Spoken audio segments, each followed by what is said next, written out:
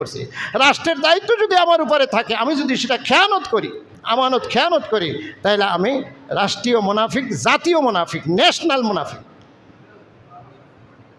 আর যদি আমি অন্য দেশের থেকে সাথে দেওয়া চুক্তি ভঙ্গ করি, ওয়াদা ভঙ্গ করি, তাহলে আমি হলাম আন্তর্জাতিক মুনাফিক, ইন্টারন্যাশনাল মুনাফিক। বলেন নাউজুবিল্লাহ।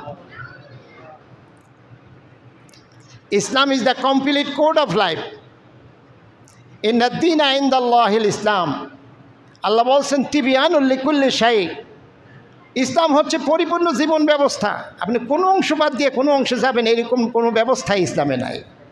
আপনি ইমানদার হইলে পুরাটা হইতে হইব, আপনি ইমানদার হইলে পুরাটা ঢুকতে হবে।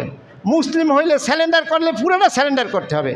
কিছু স্যালেন্ডার শয়তানের কাছে, কিছু মানুষের কাছে, কিছু সমাজের কাছে, কিছু ধর্মের কাছে, এইরকম কোনো সুযোগ ইসলামে নাই। আপনি স্যারেন্ডার করছি যখন বলবেন আল্লাহর কাছে, তখন পরিপূর্ণ। উদখুলু ফিস সিলমে কাফা। আল্লাহ এই জন্যই বলছে ইসলামে পরিপূর্ণভাবে ঢুকো। ইদখুলু ফিস সিলমে কাফা, পরিপূর্ণভাবে ইসলামে ঢোকো।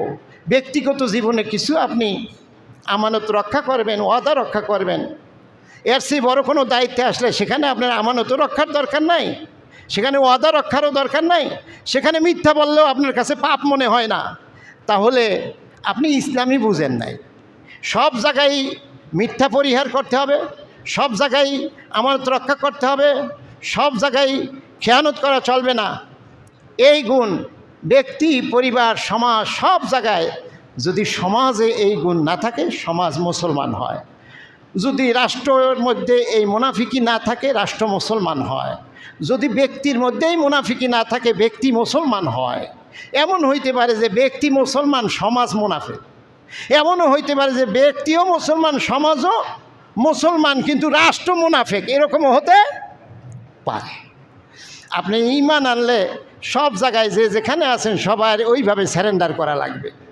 আমাদের সমাজে এইরকম ধারণা আছে, এই কথাটা আমরা প্রায়ই আপনাদেরকে মনে করিয়ে দেই। কারণ এই সমাজ এই কথা মানুষের সামনে, এই সমাজ এই কথা মানুষের সামনে স্পষ্ট করে বলে না। কারণ কি, তার স্বার্থর হানি হয়। এটা বলতে গেলে তার রুষ্ট, তার উপর অন্যরা রুষ্ট হয়। এটা বলতে গেলে মানুষের গালি খেতে হয়। এই জন্য কোরআন হাদিসের কথাগুলো সাফ সাফাই করে অনেক সময় আমরা বলতে পারি না।